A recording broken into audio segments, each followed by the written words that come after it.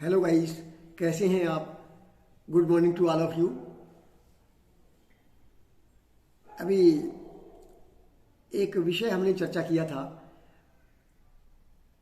Productivity linked incentive scheme थी government of India की। और जितने इंडस्ट्रियल यूनिट्स हैं, एंटरप्राइजेज हैं, वो प्रोडक्शन लिंक्ड इंसेंटिव ले सकते हैं। ये पीएलआई स्कीम हमने पिछले मेरे 27 नवंबर के वीडियो में चर्चा की थी, एपिसोड नंबर 14 में। और उसका थोड़ा सा और आगे डिस्कस करना इसलिए ज़रूरी है कि आज के इस वीडियो के थ्रू वो रिवाइज भी हो जाएगा हल्का सा, और कुछ जो नई बात है उसमें वो हम चर्चा कर पाएंगे। Productivity linked incentive scheme government of India की है। इसमें 5% इंसेंटिव मिलता है जो प्रोडक्शन इंक्रीज होता है उसका। कुछ पर्टिकुलर सेक्टर्स के लिए है। टोटल बजट इसमें गवर्नमेंट ऑफ इंडिया का 2 लाख करोड़ का है। और इसमें 5% जो इंसेंटिव मिलता है वो कुछ सेक्टर्स में है, जैसे कि वाइट गुड्स मैन्युफैक्चरिंग यूनिट्स हैं, या फार्मास्यूटिकल्स हैं, प्रोसेस्ड फूड्स हैं। प्रोसेस्ड फूड्स के लिए आज हम थोड़ा सा और आगे बात को बढ़ाएंगे। आत्मनिर्भर भारत की जब हम बात करते हैं तो गवर्नमेंट ऑफ इंडिया कई आइडेंटिफाइड सेक्टर्स में सपोर्ट करने की कोशिश करती है।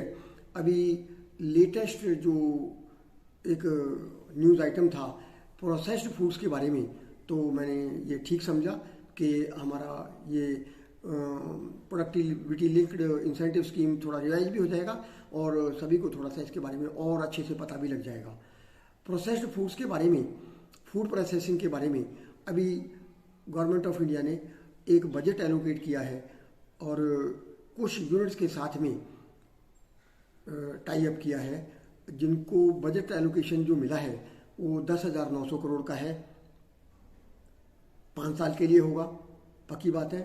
और नॉर्मल पीएलआई स्कीम के अंतर्गत है, पीएलआई है ये। 10,900 करोड़ रुपए का जो बजट है ये फूड प्रोसेसिंग यूनिट्स के लिए है। और आइडेंटिफाइड करीब 60 यूनिट्स हैं, जैसे कि हिंदुस्तान यूनिलीवर है, डाबर है, अमूल, नेस्ले, पार्ले, इस तरीके से यूनिट्स हैं जो अपने प्रोडक्शन को अगर बढ़ाते हैं और उससे एम्प्लॉयमेंट बढ़ता है तो उसको इंसेंटिवाइज करने के लिए एक तरीके से 5% इंसेंटिव रहेगा। ये आइडेंटिफाइड सेक्टर्स हैं फूड प्रोसेसिंग के। और अभी इसमें सबसे बड़ी बात है कि जानने का हमें 2 बातें बहुत ज़रूरी है जाननी। पीएलआई स्कीम की इम्पोर्टेंस किस बात के लिए है कि सबसे बड़ी बात क्या है कि इससे हमें फ़ायदा क्या होगा, पीएलआई स्कीम से क्या फ़ायदा होगा। आपका सबसे बड़ा माइंड क्लियर इस बात को होना ज़रूरी है कि ये पीएलआई स्कीम है क्यों है ये स्कीम, भारत सरकार इसको क्यों प्रमोट करती है, ये क्यों करते हैं, उसके लिए 3-4 कारण हैं जो हम इसमें फिर से चर्चा करते हैं। सबसे बड़ी बात कि इससे क्या फ़ायदा मिलेगा। Number 1, accelerating the domestic growth. इससे हमारी डोमेस्टिक ग्रोथ बढ़ेगी, प्रोडक्शन बढ़ेगा। फिर aid in creating the jobs बढ़ेगी, क्योंकि जिस तरीके से इंडस्ट्रियल यूनिट्स का प्रोडक्शन बढ़ेगा तो ज़्यादा लेबर की ज़रूरत पड़ेगी, ज़्यादा जॉब्स की ज़रूरत पड़ेगी। और फिर इससे एक और बड़ी बात फ़ायदा होगी कि अनब्रांडेड से हम प्रोसेस्ड फूड की तरफ जाएंगे तो ब्रांडेड होगा तो उसका स्टैंडर्डाइजेशन होगा। हमारे नागरिकों को अनब्रांडेड की बजाय प्रोसेस्ड फूड जो मिलेगा वो ब्रांडेड होगा तो उसकी क्वालिटी बेटर होगी। और चौथा, एक्सपोर्ट्स बढ़ेंगे। ये 4 कारण हैं। पीएलआई स्कीम क्यों है, पीएलआई स्कीम को जानने के बाद में इसका सबसे ज़रूरी पार्ट जो है इसके फायदे, कि इससे क्या हेल्प मिलेगी, गवर्नमेंट ऑफ इंडिया किस तरीके से क्यों 2 लाख करोड़ का बजट एलोकेट किए हैं अलग अलग सेक्टर्स के लिए। जैसे मैंने अभी बताया वाइट गुड्स हैं, आइटम्स हैं, फार्मास्यूटिकल्स हैं, मोबाइल फ़ोन्स हैं, प्रोसेस्ड फूड्स हैं। इन सेक्टर्स को आइडेंटिफाई करने के बाद में जो सेक्टर्स में हमारे यहाँ पर गुंजाइश है और जिस तरीके से उनसे एम्प्लॉयमेंट बढ़ सकता है, प्रोडक्शन बढ़ सकता है, एक्सपोर्ट्स बढ़ सकता है, तो उनको एनकरेज करने के लिए ये इंसेंटिव स्कीम बनाई गई है। और अभी सबसे बड़ी बात क्या है कि जो यूनिट्स होंगे उनमें क्या क्या एक्टिविटीज़ को एनकरेज करना है, वो भी एक बात है कि हर एक तरीके के फूड प्रोसेसिंग यूनिट को तो नहीं फ़ायदा मिलेगा, लेकिन उसके लिए आइडेंटिफाइड है, गवर्नमेंट ने जो स्कीम अप्रूव्ड करी है उसके अंदर ये फ़ायदा मिलता है। इसके जो ब्रॉडली जो हम कहें कि कंपोनेंट्स क्या क्या रहेंगे, कि जो food processing units ready to cook items बनाते हैं उसमें इसको प्रमोट करने की बात कही गई है।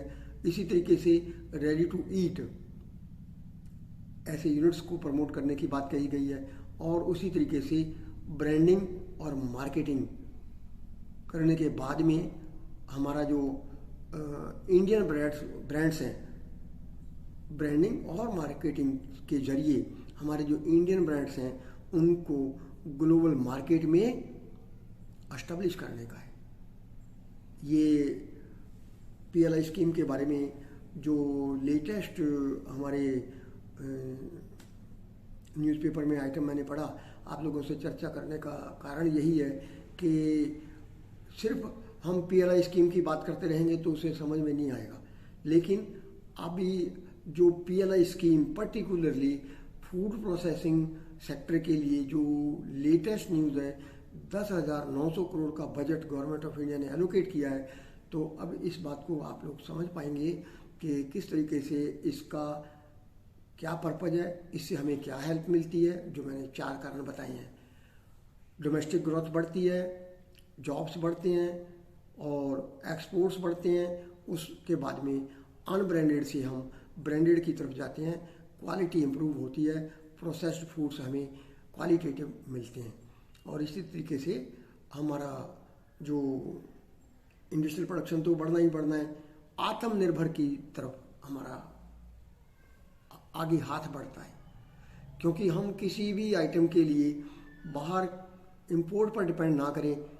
इस चीज़ के लिए ये प्रोडक्शन लिंक्ड इंसेंटिव स्कीम है, सेक्टर्स मैंने बताए हैं, और आत्मनिर्भर भारत ये देश का सपना पूरा हो, उसमें अलग अलग यूनिट्स कौन कौन से सेक्टर्स इसके लिए ये इंसेंटिव स्कीम अवेल करते हैं और ये सफल जाए, यही हमारी कामना है।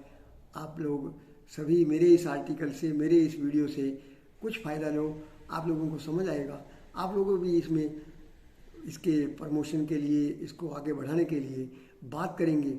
जहाँ कहीं भी आप बात करेंगे इससे सुनने वालों को भी फ़ायदा मिलेगा, आपको इंटरव्यू में फ़ायदा मिलेगा, आपके रिटन टेस्ट में, क्योंकि ये किसी भी तरीके के कम्पिटिटिव एग्जाम्स में बहुत इम्पोर्टेंट पार्ट है।